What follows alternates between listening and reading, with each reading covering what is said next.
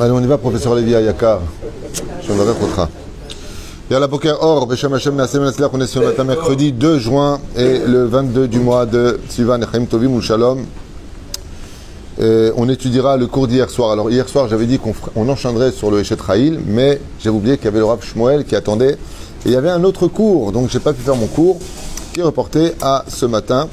Une fois de plus, je demande à tout le monde 1000 fois pardon parce qu'il y a une liste qui est très longue de cours et les gens achètent. On ne vous oublie pas, seulement on ne peut pas faire kablanout de cours, donc chacun attendra son jour, surtout quand il y a des ascarot et autres. De la reine locale.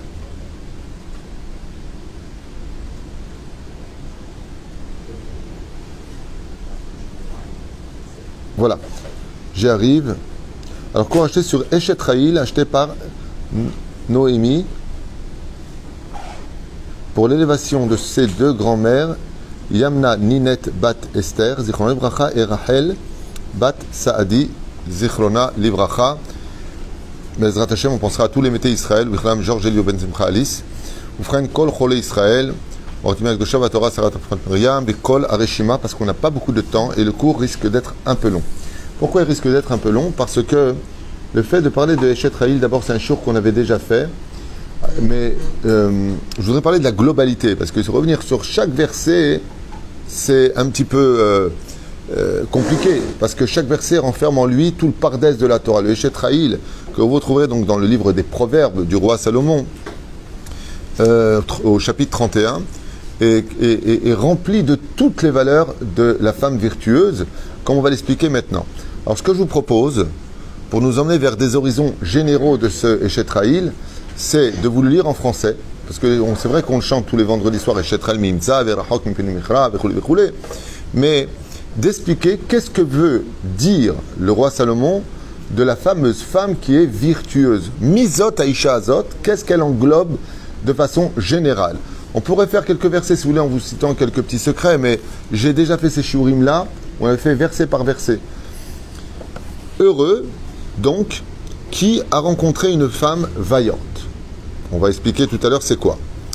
Elle est infiniment plus précieuse que les perles. Pourquoi les perles et pourquoi pas les diamants? Sujet important. Elle a le cœur de son époux a toute confiance. Donc en elle, le cœur de son époux a toute confiance.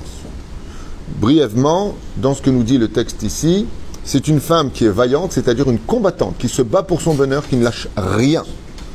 De qui plus est, elle est plus précieuse que les perles. Pourquoi les perles? Parce que les perles se trouvent uniquement dans l'eau, dans les huîtres, qui se trouvent au fond de l'océan.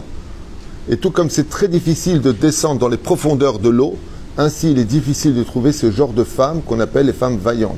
C'est-à-dire, j'avais expliqué dans d'autres shiurim qu'en réalité on parlait de l'homme ici, pas de la femme. Eshet Chayil, la femme du vaillant, en hébreu. Pour celui qui comprend parfaitement l'hébreu, c'est pas la femme vaillante. Comme tu dis, Eshet Anassi, la femme du président. Donc, Eshet Chayil, la femme du vaillant. Tu apprendras par là que l'homme a beaucoup d'efforts à fournir à une épouse pour qu'elle devienne vaillante. Car si la femme est la lune, on ne sait qu'elle ne brille que par l'émanation du soleil. La reine, ici on comprendra que, c'est mahloket, alors on parle de la femme ou de l'homme? Réponse, que derrière tout grand homme se trouve une grande femme. Et ainsi donc, que si on détruit une femme vaillante qui tombe sur un pervers narcissique, elle va s'éteindre très vite. Au bout de quelques mois, elle n'y a plus de vaillante, il n'y a même plus de femme. Donc il faut quand même que l'homme se tienne derrière son épouse pour lui donner ce dont elle a besoin. Dans le pshat des choses, c'est pas comme ça. Peu importe qui est son mari, elle va le former, elle ne lâche pas, elle est vaillante. Vaillante le jour et la nuit. Elle se trouve donc dans la pureté, donc dans l'eau, et sait sortir de l'impureté, car l'huître est impure, la perle qui coûte extrêmement cher. D'où le fait de parler de la perle, parce que tous les pierres précieuses ne se trouvent pas dans des animaux impurs. L'huître est un animal impur, et elle sait être une perle, comme tu dis à une personne, c'est une perle cette femme. Elle, c'est la perle de la Shruna. Pérouche à d'avoir que même dans l'impureté, elle sait rester une femme de grande valeur. Et encore un verset, donc, elle a le cœur de son époux, le cœur de son époux a toute confiance. Elle a une totale émouna en son mari, elle croit en lui, et il peut lui faire confiance. Aussi, les ressources ne lui font-elles pas défaut. Quoi qu'elle ait, elle a toujours des mashabim, des ressources en elle pour se renouveler. Tous les jours de sa vie, elle travaille à son bonheur. Bonheur à qui? Son mari. Jamais elle ne lui cause de la peine. Même les mauvaises nouvelles, elle évite de les lui dire de peur de lui causer de la peine. Et on va s'arrêter là. Hein, c'est déjà pas mal. Ouais, tout le monde le fait ouais comme ça. Hein, c'est pas mal. Elle se procure de la laine et du lin et accomplit sa besogne d'une main diligente. Elle sait faire la différence entre le bien et le mal, même si elle prend de la laine et du lin, chose qu'on n'a pas le droit de mélanger. Elle sait exactement comment tisser différemment ces deux tissus pour ne manquer de rien, qui sont des oraïta. C'est-à-dire, en réalité, de quoi est-ce qu'on parle? C'est une femme qui est très minutieuse dans le domaine de la Torah et des mitzvot. Pareil au vaisseau marchand, elle amène de loin ses provisions. Même si elle envoie son mari, le problème c'est que quand je lis, je pense à tel commentaire, parce que sur chaque verset, il y a des commentaires différents. Le Gaon de Vina, par exemple, là-dessus, c'est du bonbon à étudier. Alors il dit ici, même par exemple, une explication que j'avais lue sur ce verset-là, qui disait que même si elle envoie son mari étudier la Torah, et que lui ne va pas étudier la Torah, il va dans les cafés toute la journée, il fait rien de sa vie. Elle prend quand même le salaire. Les mecs, ils disent que même si elle doit apporter la parnassa de loin, c'est une femme qui est vaillante, elle n'a pas peur des trajets, elle n'a pas peur de se battre pour apporter ce qu'il faudra comme équilibre à la maison. Il y a du pshat et il y a du sod. Tov, il fait encore lui quand elle est déjà debout. La femme vaillante, c'est elle qui réveille la nature, c'est elle qui réveille son mari. Quand son mari se lève le matin, le café il est déjà prêt, elle est déjà habillée, elle l'attend. La femme vaillante, hein? Ça vous fait rire, carrément. Les mecs sont morts de rire ici. Hein? La vérité? Bon, oui, comme ça. Ouais, bon, en tout cas, c'est ce qu'il dit. Fait encore nuit, déjà debout. Moi, je comprends pas. Moi personnellement, quand mon épouse est très fatiguée le matin, ben, je ferme les volets, je la couvre et je fais tout pour qu'elle se lève le plus tard possible. Et je ne sais pas pourquoi il y a des gens, parce qu'elle est fatiguée, elle travaille aussi jusqu'à 2, 3, 4 heures du matin. Il y a des gens, ils ne supportent pas qu'eux, ils se lèvent et leur femme, elle dort. Mais si elle est fatiguée, marque pas de l'écran. Au contraire, ça fait du mal de l'avoir bien. Non, mais Vinadze. Hein? Est-ce que c'est grave que... Non, pas de cours. Non, mais t'es fou, quoi, les questions, là. On a une tonne de choses à faire. Il fait encore nuit quand elle est déjà debout, distribuant des vivres à sa maison. Donc, ce que je viens de vous dire, elle a déjà préparé les goûters des enfants, elle a déjà préparé le café de son mari. C'est elle qui l'ouvre la porte et qui l'amène pour qu'il aille prier à la Beth Knesset. Elle jette son dévolu sur un champ et l'acquiert avec le produit de son travail.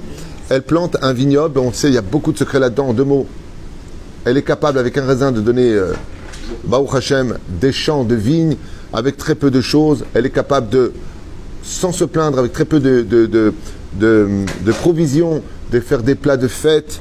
Elle scinde de force ses reins, malgré la fatigue, le fait qu'elle ait des enfants, le fait qu'elle ait des changements hormonaux. Comme ça, il dit, elle scinde de force ses reins et arme ses bras de vigueur. C'est-à-dire que même si elle est fatiguée, elle ne le montre pas. Elle va finir à l'hôpital comme ça. Elle s'assure que ses affaires sont prospères. Elle veille pour que ses affaires sont prospères. Elle prie pour cela. Sa lampe ne s'éteint pas la nuit. Jour comme nuit, elle est toujours à l'éveil. Ses mains saisissent le rouet de ses doigts, manient le fuseau. Elle ouvre sa main aux pauvres et tend le bras aux nécessiteux, malgré le fait qu'elle a déjà beaucoup sur la tête. Elle ne lâche jamais la mitzvah de la tzedaka. Les invités, pourquoi on parle de nécessiteux? Parce que son mari, déjà, elle est fatiguée le Shabbat, il lui amène du monde en plus. Et elle est heureuse de cela. Pourquoi? Elle fait en plus Achnasat Orchim au lieu de penser à elle. C'est vraiment une femme exceptionnelle. Elle ne redoute point la neige de sa maison. C'est quoi la neige de sa maison? On avait déjà expliqué. C'est le Gehinam. Elle ne redoute pas du Gehinam. Pourquoi? Parce que le Shabbat, il n'y a pas de feu. Celui qui n'était pas Shomer Shabbat, il va dans un feu de neige. Parce qu'il y a 2 choses qui brûlent, le froid et le chaud. Car tous ces gens sont couverts de riches étoffes. Et là, on parle justement, comme celui que le Gaon de Vilna, ce verset-là, que la femme, elle n'a pas peur de la neige parce que sa maison est toujours prête pour Shabbat. Et Shabbat nous protège de toutes les avérotes. Quelque part, c'est une assurance vie pour la mort. Donc il dit, grâce à elle, comme la maison elle est préparée, comme tout est fait, patati patata, alors effectivement, de quoi est-ce qu'on parle quand on dit couvert, riche, étoffe? Toute sa maison est remplie de mitzvot. Les bougies sont à leur place, les lits sont rangés, mamash, akom et soudar.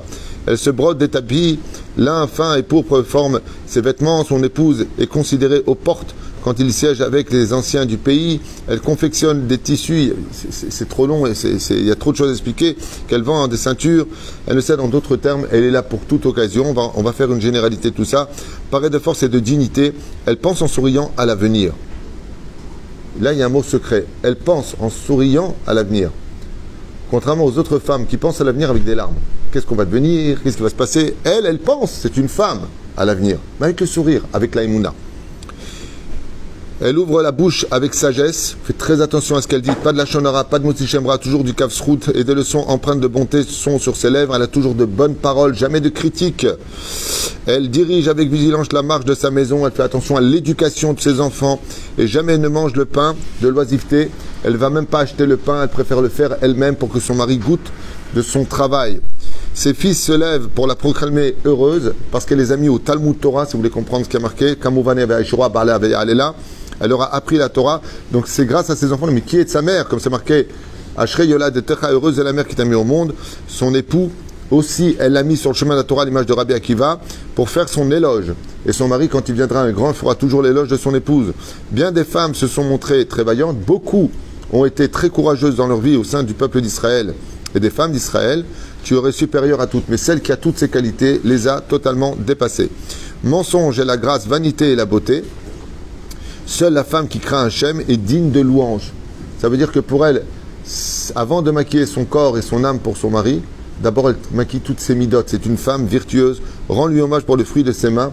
Nous avons, nous, intérêt à comprendre combien on se doit de le remercier, qu'aux portes de ses œuvres se dise son éloge, car c'est d'elle dont on parle. Bon, alors, en deux mots, il y en a qui disent qu'ici on parle de la Shekhinah. Il y en a qui disent qu'on parle de Sarah, il y en a qui disent qu'on parle de Rivka, il y en a qui disent qu'on parle de Rachel, il y en a qui disent qu'on parle de Tzipora, il y en a qui disent toutes les Ma'ot, toutes les femmes juives d'Israël, Baruch Hashem, sont concernées. Il y a beaucoup de déhot dans le Radak. Regardez tous les commentateurs. Chacun donne une appréciation. Alors, on a souvent parlé des maris, des obligations qu'un homme doit rendre sa femme heureuse, et les hommes d'ailleurs on en a un peu marre en disant je comprends pas. Alors nous on est tout le temps les sales types, c'est tout le temps nous de faire, et la femme, elle doit pas respecter son mari, elle doit pas... Alors pour résoudre tout cela, il y a tout simplement une loi du Rambam qui dit qu'une femme virtueuse, une femme cachère, c'est celle qui écoute la voix de son mari, qui fait de lui un roi, qui a du respect pour lui comme si qu'elle était devant son père. C'est-à-dire, donc quand on arrive déjà à ces trois dimensions, on a compris que, waouh, de quoi est-ce qu'on parle? C'est-à-dire, Isha Eshet Raïl, Mamash, une femme qui, on ne va pas dire se soumet, parce que c'est un peu ça qu'on pourrait traduire, surtout dans les années d'aujourd'hui, en 2021, tu es passible de 6 mois de prison avec l'autre folle, là, Tamar. C'est-à-dire, qui veut mettre tout le monde en prison. Dès que tu parles de Torah à un enfant, tu fais 6 mois de prison. Non. Ah oui, non mais ça c'est Dieu qui a de l'humour. Ça c'est de l'humour. Je ne comprends même pas qu'on puisse en faire un sujet. C'est de l'humour de faire une chose pareille. Oui, c'est en Israël. Non, en Israël. Pas à l'époque des Romains. Non. Aujourd'hui. Oui. Meretz. Il marche chemin, Bezechram, Shemre, Shemirkav. Il veut lancer une loi qui nous interdirait d'enseigner strictement la Torah à nos enfants, de leur dire viens un cours ou de mettre tes tefilines à quelqu'un de jeune. Ce serait passible de 6 mois de prison. Mais par contre, de vendre de la drogue, les pédophiles et tout ce qui tourne autour de nous, ça par contre, on peut s'arranger. Il n'y a pas de problème. Mais la Torah, certainement pas en 2021, de l'ère vulgaire, en Eretz Israël. Alors, Madame Tamar, je ne vais même pas prononcer ton nom. Sandberg. Non seulement on va enseigner la Torah à nos enfants, non seulement on va en plus tous faire teshuva. Et j'ai une mauvaise nouvelle pour toi, Tamar. Sandberg. Oui. Toi aussi, on va te faire teshuva. Avec le kissouille, la jupe, les enfants Talmud Torah, ne t'inquiète pas. Chaque fois qu'on a eu des mécréants qui ont voulu s'opposer à la Torah, comme Aman par exemple, sauf ses enfants, ils étaient à l'Ishkat Agazit, ils ont fait teshuva. Pharaon lui-même, il a fait teshuva. Ne t'inquiète pas, toi aussi tu seras dans la liste. Yallah. Non, pas moi. Si, toi. Donc on parlait de Eshet Raïl, et elle c'est l'opposé, on peut le dire pour l'instant, parce qu'elle est messite. Donc elle vraiment c'est incroyable. La seule chose qui l'intéresse avec tous les terroristes, par contre elle est partie dans les maisons des terroristes consoler le Hamas. Moi je voudrais juste donner un conseil à cette femme, qu'elle aille vivre à Gaza. Va vivre à Gaza, c'est là-bas ta place. Top, on continue. Mais t'imagines en France, interdiction d'enseigner la chrétienté, en Chine le bouddhisme, dans les pays arabes, interdiction d'enseigner l'islam. En Israël, interdiction. Mais le monde, il tient sur la Torah. Alors, on disait qu'une femme virtueuse, en d'autres termes, c'est une femme qui est vaillante, c'est un soldat qui reste transparent en réalité à toutes les souffrances. Chose qui paraîtrait un petit peu... philosophiquement, c'est bien, on est bien d'accord, mais c'est un peu utopique. Parce que elle ne montre pas ses douleurs, elle ne donne pas de mauvaises nouvelles à son mari, elle a une totale émouna en lui, tout ce qu'elle a, elle lui met entre les mains. On a envie d'appeler ça trop bon, trop... Attends, de quoi tu parles? Des fois aussi, comme on le dit souvent, c'est une personne qui doit mettre des limites. Mais non, si vous regardez bien le Eshet Raïl du début à la fin, c'est vrai qu'elle est transparente, c'est vrai qu'elle est géniale, c'est tout ce que tu veux. Mais elle met des limites, elle surveille tout, elle sait où on envoie son bateau, elle sait faire venir la marchandise de loin. C'est-à-dire qu'elle voit les choses de loin et elle sait se tenir comme Sarah Menou. Sarah Menou qui a vu Ishmaël et qui a dit « Oh, mon mari, je suis Eshet Raïl ». On parle de Sarah Menou quand on le dit, d'accord? Et Makoré, elle n'a pas hésité à dire à son mari « Il faut que tu renvoies Ishmaël et sa mère ». Donc, c'est pas simplement la femme qui est on ne peut plus, on va dire, soumise à la volonté d'Hachem, mais c'est une femme qui est vaillante. C'est-à-dire, en d'autres termes, elle se tient aussi comme un soldat, à veiller à ce que tout marche absolument bien dans la maison, sans mettre d'angoisse, parce qu'il y a des femmes qui sont comme ça, mais le mec, il respire plus, il vit plus. Pourquoi? Parce que chaque chose, si c'est pas levé un matin, oui, il faut que tu te lèves le matin, elle prend la tête, oh, ça va. C'est une femme, d'ailleurs, la Eshet Raïl, qu'est-ce qu'il dit dedans? Chaque fois qu'elle ouvre la bouche, c'est avec sagesse. C'est pas une femme qui va dire à son mari, maintenant je vais être une Eshet Raïl, tu te lèves le matin, je ne supporte pas quand tu as ta prière. C'est pas de la sagesse de dire ça. Parce qu'il va te dire, pour qui tu te prends? Je fais ce que je veux, maintenant c'est un principe, je n'irai pas. Elle trouve les mots, elle trouve les solutions. Elle sait lire l'histoire, elle sait comprendre. Elle a beaucoup de pédagogie, de psychologie en elle. C'est l'ensemble de la Eshet Raïl. Alors moi je voudrais, avec votre permission, Bezrat Hashem Itbarach, revenir sur un Mahamar de la paracha de la semaine, où on nous parle d'une Eshet Raïl cachée dans l'histoire, dont la vie a été très amère, mais on parle d'elle en 2021. Elle est sur la bouche de tous les enfants d'Israël. C'est une femme mondialement connue. Et je vais vous parler d'elle. Le verset nous dit, à propos de Kalev, Ve'avdi Kalev, Ekev haïta ruach acheret immo, va'imaleh harav, ve'aviotiv el haaretz asher ba shama. Bizarrement, après l'histoire des Meraglim, Akadosh Baruch Hu nous dit que Kalev ben Yefouné rentrera en Eretz Israël parce qu'il avait ruach acheret. Il avait un autre esprit avec lui qui l'accompagnait. Le Rav Yonah Metzger, chez Badel Chaim Alukim, pose une question énorme. Il dit, c'est qui ce Ruach Acheret? C'est quoi Ruach Acheret? Parce que si tu dis que c'est Dieu, alors pourquoi tu ne parles pas de Yoshua ben Nun? Puisqu'il a été béni par Moshe Rabbeinu. Pourquoi il n'y a que Kalev ici? Pourquoi il n'y a pas Yoshua ben Nun? Lama. Alors en plus, il a reçu le Yud. Hoshea est devenu Yehoshua. Chose de nifla. Écoutez bien cette extraordinaire explication de la Eshet Raïl qui comprend tout ce qu'on vient de lire. Takshivu Tov.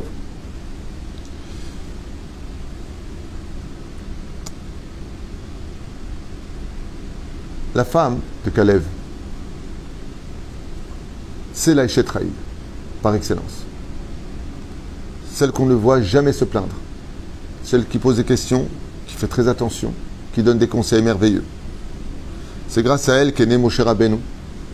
C'est elle qui a fait le Shlom Bayit entre ses parents. C'est elle qui a surveillé Moshe sur les eaux. C'est elle qui a apporté la nourrice, la mère, Yocheved, pour nourrir Moshe Rabbeinu. C'est elle qui engendrera la joie au sein du peuple d'Israël. Elle sera le leader de toutes les femmes d'Égypte. Et on raconte une très belle métaphore, enfin une belle histoire sur elle, pas une métaphore, mais pour bien comprendre l'histoire de Chassidim, qui avaient l'habitude une fois par an de rejoindre leur Rav à Kippour. Ils rentraient comme ça dans une ville et ils avaient l'habitude de s'arrêter parce que c'était à 1000 km, donc ils ne pouvaient pas faire ça en un seul voyage. Ils s'arrêtaient comme ça dans une auberge et puis le jour où ils sont arrivés, cette année-là, l'auberge était pleine de Cosaques et ils n'ont pas pu prendre leur chambre. Très déçus parce qu'ils avaient l'habitude d'année en année de s'arrêter à cette auberge, eh bien l'aubergiste leur a dit, écoutez, au bout de la rue, sur la gauche, là-bas vit une femme, et il me semble qu'elle a une grande maison et elle n'a pas d'enfant, donc elle pourra peut-être vous accueillir. Ils vont taper à sa porte, la nuit tombe, et effectivement, elle les accueille avec beaucoup de sourires, un bel accueil, beaucoup de joie. Et puis elle est curieuse de le voir comme ça, elle dit, mais pourquoi vous avez des nattes, enfin des trucs comme nous, les femmes, vous savez ça? C'est des payes. ça sert à quoi? Des balançoires? Mais non, c'est payé. Dans la Torah, c'est marqué. La Torah, c'est quoi la Torah? Il pose des questions comme ça. Bekitsour, eux, ils ne mangent pas de son pain, ils ne savent pas qui elle est. Puis elle s'intéresse, elle pose beaucoup de questions sur le judaïsme, avec son mari juste en face. Elle leur donne une bonne chambre, et la vérité, elle les accueille merveilleusement bien, elle leur fait couler de l'eau chaude. Baruch Hashem, tout se passe bien. Puis voilà que le lendemain matin, ils reprennent la route. Et elle leur pose la question, excusez-moi, mais vous allez où? C'est quoi le but de votre trajet? Je ne vois pas de marchandises avec vous. Je dis non, on rejoint la grande ville de Zmir, là, je ne sais pas, connais pas Zmir, une ville du centre de Russie, et on va rejoindre notre rabbi. Rabbi? Votre rabbi? C'est quoi un rabbi? Un rabbi, c'est un homme de Dieu qui étudie notre Torah, qui nous l'enseigne, mais qui surtout a pour principe fondamental que tout ce qu'il dit se réalise. Donc quand on prend une bracha de lui, ça se fait. Elle lui dit, vous allez voir, le rabbi, quand tu poses une question, il répond et tu fais une bracha et Dieu, il écoute. Il dit, oui, c'est une femme qui était tmima. Elle croyait en Dieu, elle savait que la Torah était vraie, mais elle ne sait pas exactement c'est quoi la Torah, elle n'a jamais étudié. Alors elle a dit, écoutez, moi j'ai confiance en ce que vous dites. Quand vous allez voir le rabbi, voici mon nom. Vous leur demanderez au rabbi qu'il me fasse une bénédiction pour que j'ai un bébé cette année. Ça fait 20 ans que je suis marié, j'ai pris de l'âge, j'ai toujours pas d'enfant. Et les médecins me disent que apparemment je ne pourrais pas en avoir. Mais si vous me dites que le rabbi, ce qu'il dit, Dieu il le fait, alors donnez-lui mon nom et qu'il me fasse une bénédiction. En venant pour la payer pour cette nuit passée dans sa maison et louer sa chambre, elle refuse. Non, en contribution de cet argent, transmettez mon message à votre rabbi. Et voilà que l'année passe, et quand ils reviennent dans cette même ville, les deux chassidim, au lieu d'aller à l'auberge, qui par contre cette fois avait leur chambre, décident de ne pas y aller. En le disant, tu nous as pas réservé notre chambre, tu l'as préféré la donner aux Cosaques, donc c'est pas nous qui avons changé d'hôtel, mais c'est nous qui avons compris que. Puis on était bien là-bas, une belle chambre comme il faut. Puis voilà qu'à leur grande surprise, quand ils tapent à la porte, la femme ouvre avec un bébé dans les mains. Il regarde comme ça, il regarde le bébé, il regarde. Vous regardez il y en a qui dit, vous gardez des enfants maintenant? Non, pas du tout, c'est mon bébé. Vous direz à votre rabbi que ces bénédictions marchent. L'un est fou de joie et l'autre ne montre aucune empathie et aucune joie, presque triste. Il regarde l'enfant, il la regarde, il soupire et il monte dans sa chambre et elle ne comprend pas pourquoi il réagit ainsi. Elle dit non, parce que je vous expliquerai, vous inquiétez pas, au contraire, il est très très content, mais il est très pensif en ce moment, je pense que c'est dû à son travail ou quelque chose de personnel. Voilà que le lendemain ils partent et ils arrivent veille de Kippour et le rabbi remarque que son élève n'est pas comme d'habitude. Alors il vient le voir, il lui dit « Maïch lecha ?» Je suis un peu déçu. Il dit on en parlera à Motzei Kippour. Motzei Kippour arrive, après Kippour on fait une belle seouda, comme faisaient les Kohanim après Yom Kippour. Il rentre comme ça dans la maison, chez lui, et lui dit alors explique-moi, quelle est ta peine? Lui, ma peine, c'est que moi je suis marié depuis 14 ans avec ma femme. Ça fait 14 ans qu'on essaie d'avoir des enfants. Ma femme est lessivée, on a tout essayé.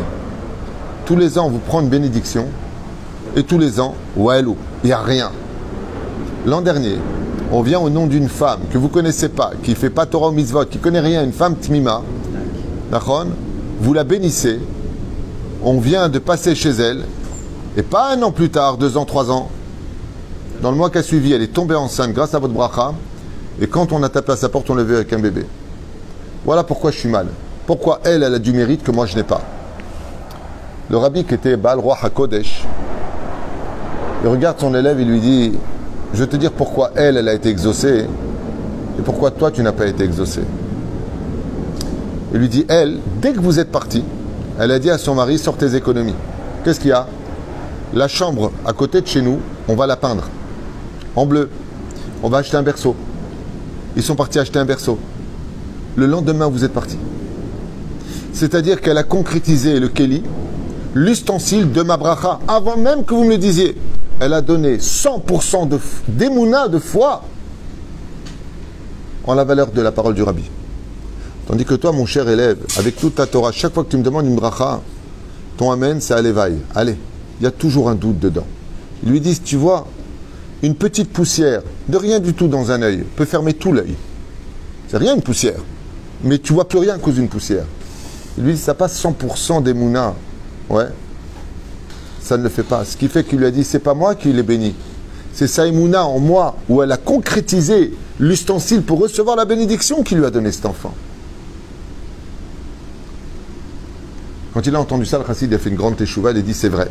Qu'en réalité, quand chaque jour une bracha, c'est bon, allez, ça vient. De toute façon, j'accepte l'idée que ça ne vienne pas. Et que elle n'a jamais dit ça. Elle a dit à son mari, ça y est, on va avoir un enfant. Ils étaient en train de parler du nom le soir même quand vous êtes partis.